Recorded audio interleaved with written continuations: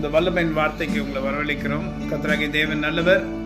இந்த பரிசுத்த வாரமாய் இருக்கிற இந்த நாட்களிலே நாம் ஆண்டவரை நோக்கி பார்ப்போம். வேதத்தில் சங்கீத புஸ்தகத்தில் 94 அதிகாரத்தில் 18 வசனத்தில் என் கால் சறுக்குகிறது என்று சொல்லும்போது உங்களுடைய கிருபை என்னை தாங்குகிறது. ஆமென். ஆண்டவருடைய கிருபை நம்மை இந்நாள் வரைக்கும் தாங்கி நம்மை நடத்தி கொண்டிருக்கிறது. ஹல்லேலூயா.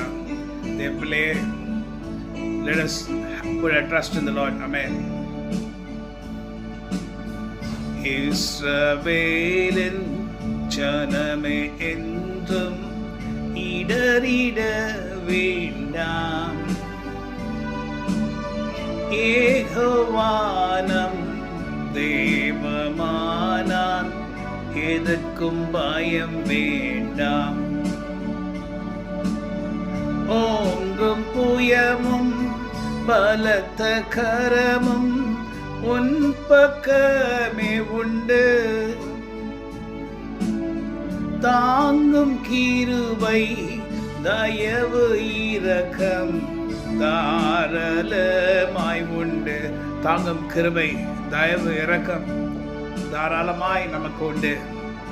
இஸ்ரவேலே, என் ஜனமே, எதற்கும் நீ பயப்படாதே. இஸ்ரவேலை குறித்து கர்த்தர் சொல்லுகிறார் என்று நினைக்காதீங்க. யாரெல்லாம் இயேசு கிறிஸ்துவின் ரத்தத்தினால் கழுவப்பட்டு அவருடைய பிள்ளைகளாய் நாம் இருக்கிறோமோ, பிதாவாகிய தேவனுடைய பிள்ளைகளாய் இருக்கிறோமோ, நாம் எல்லாரும் கர்த்தருக்குள் கிறிஸ்து இயேசுவுக்குள் ஆபிரகாமின் சந்ததியும் இஸ்ரவேலர்களுமாய் இருக்கிறோம். யூதர்கள் என்று அழைக்கப்படுகிறோம். இஸ்ரவேலே, என் ஜனமே, நீ இடறிட வேண்டாம். யெகோவா தேவன் நம்முடைய ஆண்டவராய் இருக்கிறபடினால் எதற்குமே பயம் வேண்டாம்.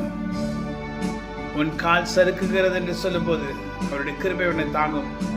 என் கால் சறுக்குகிறது என்று சொல்லும்போது அவருடைய கிருபை என்னையும் என் குடும்பத்தையும் தாங்கும், உன்னையும் உன் குடும்பத்தையும் தாங்கும். Hallelujah. God bless you. Have a wonderful day. Amen.